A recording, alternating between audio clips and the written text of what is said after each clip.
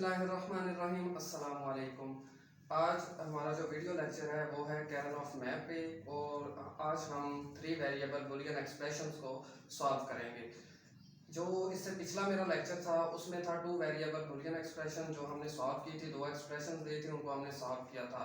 अगर किसी ने वो लेक्चर नहीं देखा तो मैं उस लेक्चर का भी इस वीडियो के डिस्क्रिप्शन में दे दूंगा, तो आप वहाँ से उस लेक्चर को भी देख सकते हैं। तो पहले 2 वेरिएबल बुलियन एक्सप्रेशन को सॉल्व होता हुआ देखें, फिर ये 3 वेरिएबल को आप आसानी से समझ जाएंगे। ठीक है जी।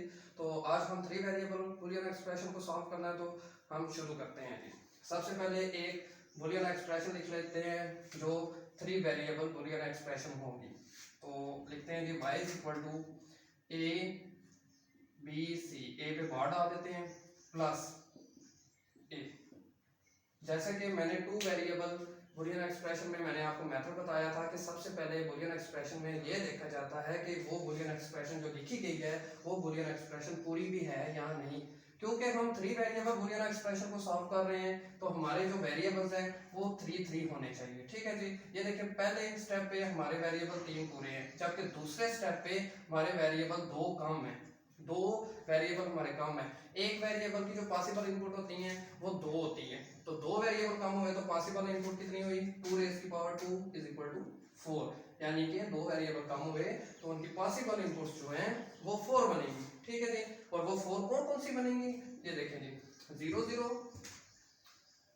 0 1 1 1 और 1 0, यानी कि यहाँ पे जो 2 वेरिएबल कम है वो किस तरह है जी, ये देखें B और C कम है। B और C को पहली दफा 0 0 रखा जाएगा, उसके बाद एक दफा B को 0 रखा जाएगा और C को 1 रखा जाएगा, एक दफा B और C दोनों को 1 रखा जाएगा, और एक दफा जो है वो B को 1 रखा जाएगा और C को 0 रखा जाएगा। ये हमारे पास जो 4 इनपुट्स बनती हैं इसको हमने इस A वेरिएबल के साथ लगाना है, क्योंकि हमें मालूम नहीं है कि इसके साथ कौन सी इनमें से लगती होगी, तो हम इन सब को लगा के चेक करेंगे। ठीक है जी। तो बुलियन एक्सप्रेशन को पूरा कर लेते हैं। y is equal to a bar b c, ये वैसे की वैसे आएगी, प्लस अब a के साथ वो वाली तमाम इनपुट्स लगानी है। देखें जी a पहली वहां पे इनपुट थी b bar c bar, plus a सबके साथ आएगा b बार c, उसके बाद प्लस a b और c, plus a b c बार। अब इसके बाद हम के मैप का जो मेथड है कैरनॉफ ने जो पेश किया था उसके जरिए इसको सिंपल करेंगे, सिंपलीफाई करेंगे इसको। ठीक है जी, वो बना लेते हैं जी। ठीक है, एक साइड पे a b और दूसरी साइड पे c वेरिएबल को लिख लेते हैं। आप देखेंगे कि अपर साइड पे जो है वो 2 वेरिएबल्स हैं, तो 2 वेरिएबल्स की जो पॉसिबल इनपुट्स होती हैं वो 4 बनती हैं, जो 4 मैंने आपके सामने लिखी हुई हैं। तो वो क्या बनती हैं, ये देखें 0 0 0 1 1 1 1 0, और c वेरिएबल लोअर साइड पे c वेरिएबल अकेला है, तो यहाँ पे या तो 0 बनेगी या तो 1 बनेगी। ठीक है जी। अब हम यहाँ पे बॉक्सेस बना लेते हैं रोज एंड कॉलम्स की सूरत में। अब हमने यहाँ पे इनपुट लिखनी है जो इन वेरिएबल के थ्रू हमें मिलेगी। वो कैसे मिलेगी, ये देखें a बार है तो बार मैंने आपको बताया था कि a बार हो तो वो 0 और a हो तो वो 1, यानी बार हो तो वो जिसके ऊपर बार होगी वो 0 होगा और जो बगैर बार के होगा वो 1 होगा। ठीक है जी।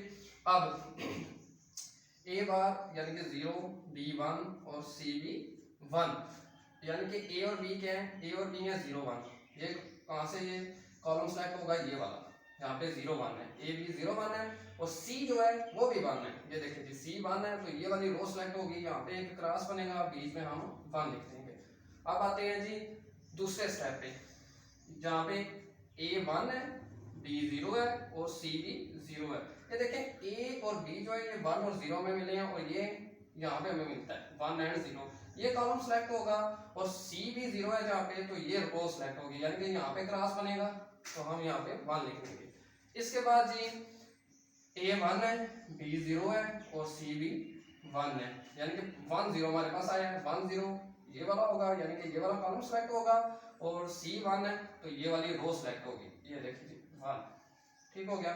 उसके बाद ये तीनों 1 1 है, 1 1 1 क्योंकि किसी के ऊपर बार नहीं पड़ा हुआ, ठीक है जी। 1 1 1 ये कॉलम सेलेक्ट होगा और ये रो सेलेक्ट होगी, यहाँ पे क्लास बनेगा, हम 1 लिख देंगे। उसके बाद A1 है, B1 है और C जो है क्योंकि बार पड़ी हुई है तो 0 होगा। A1 B1 C बार का मतलब 0, यानी कि ये 1 1 हमें मिला है A B अपर साइड में, तो 1 1 ये वाला कॉलम सेलेक्ट होगा और रो जो है वो C वाली सेलेक्ट होगी, यानी कि ये। जैसे कि मैंने अपने पिछले लेक्चर में भी बताया था कि पॉसिबल ग्रुप्स यहाँ पे आपने बनाने होते हैं, और जो पॉसिबल ग्रुप है वो 2 का 4 का या 8 का बनाया जा सकता है, ठीक है जी। तो हम यहाँ पे जो पॉसिबल ग्रुप बनते हैं हम उसके बनाएंगे। सबसे पहले आप ये देखें कि यहाँ पे कंप्लीटली 4 का ग्रुप बन सकता है, ये देखें ये हमारा होगा पहला ग्रुप, इसको बोलेंगे ग्रुप नंबर 1, ग्रुप 1। और यहाँ पे ये हमारा अकेला है तो हम इस तरह 2 का ग्रुप पूरा करके हम इसको बोलेंगे जी ये है जी ग्रुप नंबर 2। ये ग्रुप नंबर कौन सा हो गया जी, ग्रुप नंबर 2। अब हम इन दोनों ग्रुप्स की वैल्यूज को नीचे लिखेंगे। सबसे पहले ग्रुप 1 के ये जो एलिमेंट्स हमें जहाँ जहाँ पे मिले हैं हम उन एलिमेंट्स को यहाँ पे लिखेंगे। तो लिखते हैं जी y is equal to group 1 का जो एलिमेंट 1 है वो हमें मिला था, ये वाला जो एलिमेंट है, ये एलिमेंट हमें कैसे मिला था, ये वाला एलिमेंट हमें मिला था जब A1 था, B 0 था और C भी जो था वो 0 था। क्या था, A1 था, B 0 था और C जो है वो भी 0 था। एक ग्रुप की दूसरे वैल्यू को लिखने के लिए, यानी कि दूसरे एलिमेंट की वैल्यू को लिखने के लिए मैंने आपको बताया था कि बीच में डैश डाली जाती है, ठीक है जी। अब ये बात हमें कैसे मिला, जब A भी 1 था, B भी 1 था और C 0 था। A भी 1 था, B भी 1 था और C जो है वो 0 था। अब पहले ग्रुप की तीसरी एलिमेंट की वैल्यू को लिखेंगे, वो हमें कैसे मिली थी, जब A 1 था, B 0 था और C जो है वो 1 था। डैश डालेंगे। अब पहले ग्रुप के चौथे एलिमेंट की वैल्यू को लिखेंगे, जब ये कैसे मिली थी, जब A1 था, B 1 था और यहाँ पे C जो है वो भी 1 था, ये लिखिए। अब ये हमारा जो ग्रुप 1 है वो पूरा हो गया, ठीक है जी। अब ग्रुप 2 को देखेंगे, हमारा जो ग्रुप 2 है उसको देखेंगे, उसके एलिमेंट मैंने बताया था कि दूसरे एक ग्रुप से दूसरे ग्रुप पे जाने के लिए बीच में प्लस आपने डालना है, ठीक है जी। बीच में प्लस डालेंगे। अब दूसरे ग्रुप की वैल्यू को लिखेंगे। ये एलिमेंट दूसरे ग्रुप का ये जो पहला एलिमेंट है ये हमें कैसे मिला था, जब A1 था, B 1 था और C भी 1 था। A1 था, B 1 था, C भी 1 था। अब दूसरे ग्रुप की दूसरी जो एलिमेंट है उसकी वैल्यू को लिखेंगे, बीच में डैश डालेंगे। ये हमें कैसे मिला था, जब A बार था, B और C जब 1 था, ये लिख दिया। यहाँ पे हमने उन वेरिएबल्स को निगलेक्ट कर देना है जो सेम नहीं है, जो एक जैसे नहीं है उनको निगलेक्ट कर देना है, उनको छोड़ देना है, और जो सेम है उनको रख लेना है। देखिए जी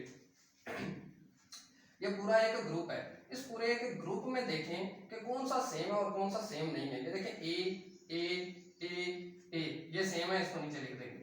ये देखें B बार, लेकिन ये B है, ये तो यहीं से निगलेक्ट हो गया, कंप्लीट निगलेक्ट हो गया। उसके बाद ये C बार, लेकिन ये C है, ये भी यहाँ से नेगलेक्ट हो गया, प्लस। अब आप दूसरा चेक करें दूसरे ग्रुप को, दूसरे ग्रुप में देखें कौन सी सेम है और कौन सी डिफरेंट है। ये A है जबकि ये A बार है, A नेगलेक्ट हो गया। ये B है, ये भी B है, तो हम इसको लिख लेंगे। ये C है और ये भी C है, हम इसको भी लिख लेंगे। तो हमारी जो सिंप्लीफिकेशन के बाद जो हमें एक्सप्रेशन मिली है वो आप देख सकते हैं कि वो एक्सप्रेशन इस एक्सप्रेशन से बहुत छोटी है। तो के मैप वही मेथड है जो बड़ी बुलियन एक्सप्रेशंस को सिंपल बनाने के लिए, सादा बनाने के लिए और छोटा बनाने के लिए इस्तेमाल किया जाता है। Thank you.